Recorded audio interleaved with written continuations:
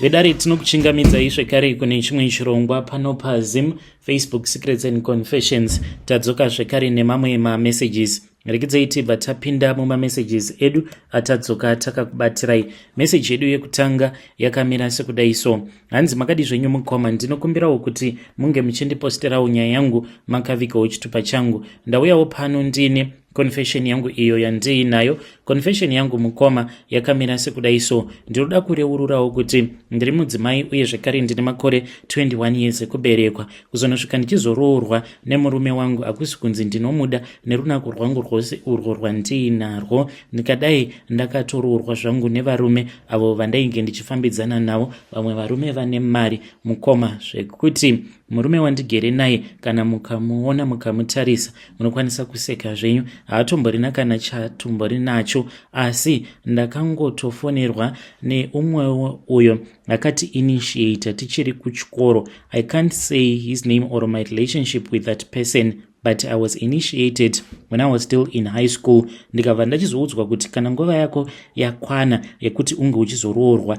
ndichakufonera. Ndikati ko munogondifonera pai, because kana phone ndainge ndisitomborina kana tarisiro yekuti one day ndichazoitawo phone. Then vakabva vati tichazokufonera kana nguva yakwana. Zvino ndakabva ndachizouyawo kuno kunyika yevatorwa. Ndakatouya because ndainge ndina vamwe bus driver vandainge ndichifambidzana navo, vakabva vati ndoda kukuroora, you are still young and beautiful. Ndokubva ndachizotanga kugara navatete hanzvadzi yabus driver vaya. Ndikabva ndachizotanga kudanana nevamwe varume vakasiyana siyana. Ndakatoita zvekutovadyisa ivo vatete zvekare nemurume wavo uyo wandainge ndofambidzana naye dzimwe nguva ndichitorara naye, ivo vakarara. Ndakavabata nemadzikirira kuti vasamuka, ndobva ndatorara nemurume wavo. Pandakazoona kuti this was just too much, because vainge vava kutangawo kufamba vachienda kumasowe nedzimwe nzvimbo dzakasiyana siyana, ndikati this person can expose me for who I am, even though ndisinganyatsokunzwisisa kuti mission yangu chaizvo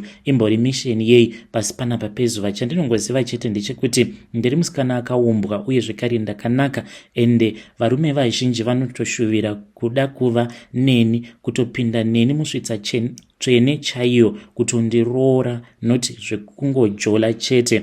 So ndakabva ndachizosangana naye uyu wandiri kugara naye. I never even thought about him, but ndakazoti ndakarara ndopa ndakabva ndachizomurota. Ndakamurota tiri panzvimbo paya patainge tasangana kumall. Ndikabva ndachizoona umwe uyo wandiri kutaura nezvake, wandiri kuti handikwanise kuti ndinge ndichikuudzai nezvake, because I'll be exposing him zvisingatendedzwi zvekare. Saka akabva achizondidzosa pakarepo apo pandainge ndasangana naye murume uyu wacho wandava kugara naye. Akabva anditi tarisa undiudze kuti pawakanganisa ndepapi. Ndikabva ndati handisi kupaona ini pandakanganisa. Akabva achizotanga kuerase kana nditi kudelita kuti vanhu vange vachikwanisa kunzwisisa, like munhu wose ainge ari mumall, everyone was frozen in place. Inini nemunhu uyu tainge tichitotaura paya achindibvunza kuti pawakanganisa ndepapi. Pandakarakidza kuti ndainge ndisingakwanisi kunzwisisa kuti pandakanganisa pacho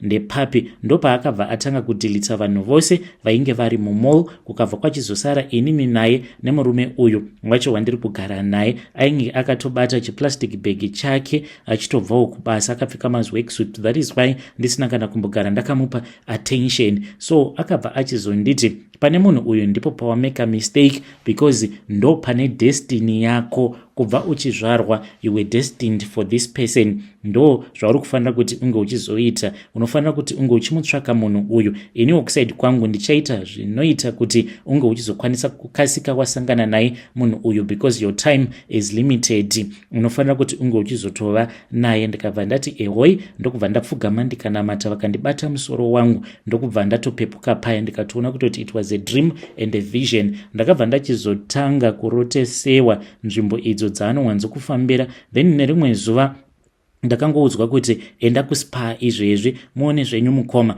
Ndakakwira mataxi maviri kuti ndinge ndichienda kuspa kwacho ikoko kwandainge ndichinzi enda kuspa chete. Ndakabva ndachizosvika paspa paya ndokubva ndanzi just go inside, unongonhonga chero chaunoda, kunyangwe chausingade kutenga chingochinhonga chete. Apa ndainge ndisina mari. Ndakabva ndachizoenda ndikabva ndachizongononhonga 2 liters yeoros. Ndobva ndatoona kutoti pasi peoros ipapo painge paine 150 rands. Ndakaitora ndakazoti ndichifamba ndokubva ndati dhuma naye ainge akangopfeka the same worksuit. Ndokubva ndatotanga kutotaura naye kana iye akavhunduka, not even thinking kuti ndainge ndiri muZimbabwe. Naitofungidzira kuti zvimwe kuda ndiri muKarati. Akabva ati unobva kumusha. Ndokubva tatanga kutaura paya. We kept on talking. Iye ainge achitonyara apa kunhuhwa, aita kunhuhwa dikita, but ndakangoshingirira zvangu kana vanhu vainge vachingotitarisa kuti musikana uyu nemanakiro akaita, kasi angofunga hake kuti ange achidya mucontractor uyu mari yake, because aitorakidza kuti ainge achibva hake kubasa. Ndokubva ndangoshingirira ndikafamba naye, even though ndaitonzwa ndichitonhuhwirwa naye. Apa tichazoona kuti level rake nelevel rangu zvakatosiyana. Akabva achizondibhadharira drink riya nekuzonditengera pai. Takazofamba zvedu, akabva andibvunza kuti kasi ndainge ndiine motikari here. Ndikamuudza kuti kwete. Ndikamuudza kuti ndainge ndichida kuenda naye kumba kwake. He could not even believe it. Akazotongobhilivha mushure mekunge ndamukururira nhumbi dzangu. Akabva ati, so handisi kurota? Ndikati no, hausi kurota, ndatouya pano kuzoita mukadzi wako because ndinokuda. He could not even believe it. Akati,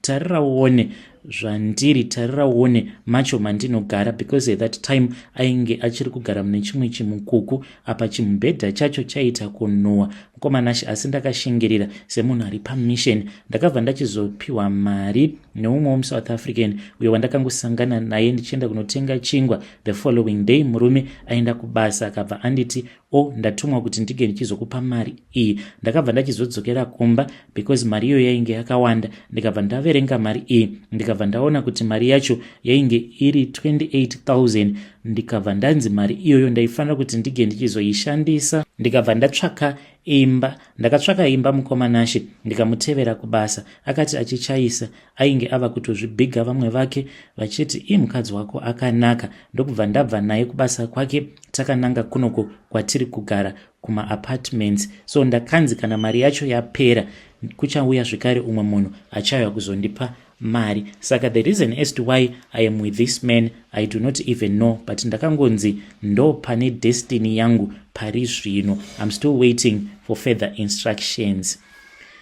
Vedare ndo message iyo yandakatumidzirwa ichibva kuna vanzvadzi vedu. Zvakangoma hazvo vedu we. Strange things indeed they do happen in this world. Hanzi handisi kuziva the reason as to why ndakanzi ndinge ndichigara naye murume uyu, but ndakangonzi ndo pane destiny yangu. Zvimwe kuda murume wacho iyeye ane maybe talent kana kuti chipo chake chainacho here, so maybe this is a way of blocking him.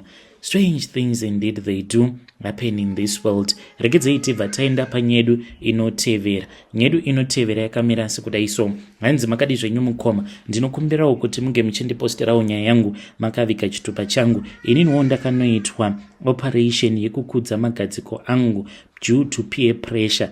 Inini I am staying here in South Africa munomu muJohannesburg. Saka munongozviziva kuti kana uri munhu wekuti unoraramiswawo nekutengesa muviri wako, like zvatinoita tinoenda kumaclub, dzimwe nguva tinobva tango order madoro edu. We can even just manage to order beer maybe for about 500 rands. Tinenge tiri kana 4 kana kuti 5. Saka umwe neumwe anongobvisa 100. Saka apa tinenge takangogara zvedu takamirira kuti mablessers ange achizotanga kusvikawo paground, tichingonwa zvishoma nezvishoma. Apa tinenge tichitamba kana tichitoendako kunzvimbo dzemafaro. We will be like naked kutaura chokwadi. That is the only way that you can attract this rich blessers. Saka one by one these blessers will be coming to our table, picking us up one by one, then umwe neumwe anozoendawo nembinga yake. Saka inini ndiri munhu wekuti ndinongowirirana nemaSouth Africans. Saka nyaya iripo ndeyekuti maSouth African awa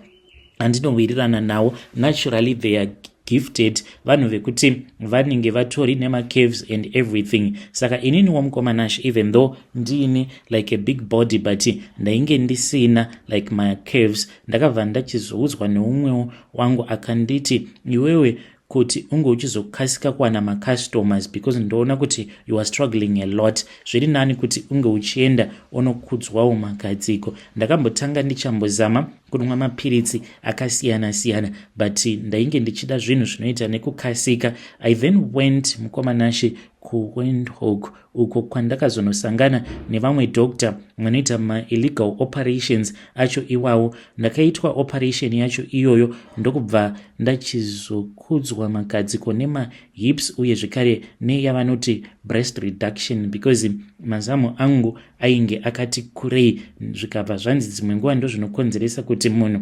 aisazoita mahips nemagadziko akati kurei. So ndakaitwa zvekare breast reduction, ndikabhadhara mari dzainge dzichidiwa. Ndakazogarako mukoma kuzonosvika ndapora, ndokubva ndachizodzoka kuno kuSouth Africa. Zvechokwadi ndainge ndava kuti kana ndikangopinda muklabhu chete varume vose vanenge vachingotarisa kwandiri ende ndichidada nazvo. Ndainge ndava kukwanisawo kutosarudzawo kuti uyu ndiye wandiri kuda kuti ange achizoenda neni kumba kwake. Nhasi uyu handidi, ane bhegi here, uyu haana bhegi, uyu ane mari, uyu haana. That was the kind of a life that I was now living. So nyaya yakazoitika mukoma ndiye kudai. So zvakatanga muna December, ndakati ndiri kune imwe party, then I just felt kuti there was something that was wet behind me. Ndikati zvimwe kuda. It was quite strange though. Ndakaenda kutoilet and ndikabva ndaona kuti there was some thick fluid that was coming out of my body, like this fluid inoita zvekusinina, so dzimwe nguva inokwanisa kutongobuda nekusimtu zvekuti unonzwa kuti unenge waita kudhamba nekunyorova. When you touch it unonyatsokuona kuti the fluid will be thick, unoona like zvakaita madziwa. So ndo zvakaita mafluids awo ari kubuda kumagadziko kangu uye zvekare ari kubuda kusim number 2. Saka ndikudawo kubvunza kubva kune vedare renyu kana kuri kunzi kune vamwewo like madoctors vanokwanisa kundibatsira, what causes all of this fluid to come out through the skin but kumagadziko chete zvekare nepasim number 2 ndinotonzwa pava kutonyorova, ende kana ukazobata unotoona kutoti it will be thick fluid kuita kunge madziwa. Saka doctor vaya through the agent ndakazotaura navo, because ivo havatombodi kuti unge uchizova nemafone numbers avo apa agent wacho, sezvo zviri zvinhu zvekuti maoperations acho hanzi ari illegal acho avanenge vachitiita anosungisa. Saka anongogara achichinja mafone numbers. Nhasi anenge ashandisa manumbers awa, mangwana anenge ava neimwe WhatsApp akangotaura newe chete kana ka1 mukangowirirana chete. WhatsApp iyoyo mukoma kunyangwe ukazomutumidzira mamessages anenge ava kusatombopinda mamessages acho. So akangonditi wait, then after that ndakabva ndachizonzi kana ndikakwanisa kuunganidza mari inokwana iyo kuita 40k ndinofanira kuti ndige ndichizodzokerako then over achizondibatsira zvekare. So I am broke, I am really broke, because currently ndinoti kana ndiine murume dzimwe nguva ndinonzwa kurwadziwa muchibereko chaimo, zvekuti murume uya wandinenge ndiinaye anozotosvika pakuboekana nebehavior yangu, because varume vacho vanenge vachidawo munhu wekuti haacomplaini kana uinaye. So I need advice. Kana mukaposta nyaya yangu mukoma ndizivise ndichange ndichizotevererawo ndiri mucomment section.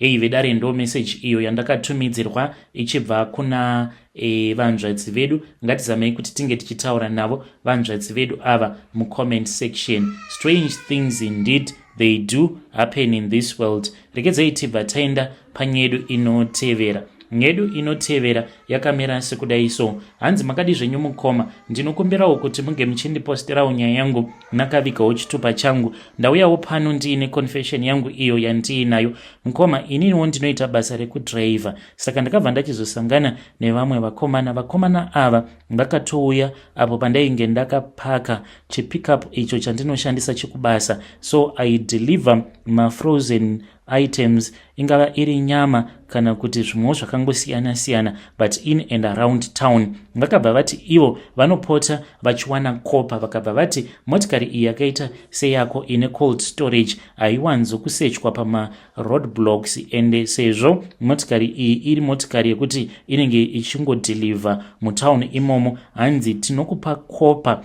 then kopa idzi tinozonosangana newe kumberi, unongonodropa off kopa idzi pamascrapyard. Tinokupa location kuti chienda pascrapyard yakati, then unongonosiya kopa idzodzo kana kuti unozotosvikako takakumirira. All that you have to do is to carry this copper mukoma Nashi nenhamo yandiinayo, vanhu ava vari kundivimbisa kuti pamwedzi hanzi ndinokwanisa kutobata mari yangu yepay yandinopiwa nemurungu wangu even 3 times the amount. Dzimwe nguva I go around delivering ma-ice blocks mumasupermarkets akawanda, ende kutaura chokwadi kana permit handitomborina. Ndakatoona kutoti zvinhu zvavainge vachitaura zvainge zvitori zvechokwadi because handitombomiswi pama-road blocks. Kubva zvandakatanga kumushandira murungu uyu handisati ndakambomiswa pama-road blocks ini. When you post my story, please tell me. Ndichange ndichizotevererawo ndiri mucomment section.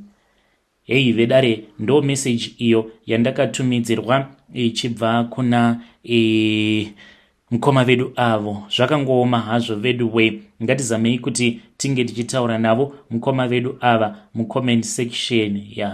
Kwamava kuda kutambira uko kunonyudza, asi let us try to speak with him in the comment section. Strange things indeed, they do happen in this world. Ngatisanganei zvekare mune zvimwe zvirongwa zvinotevera.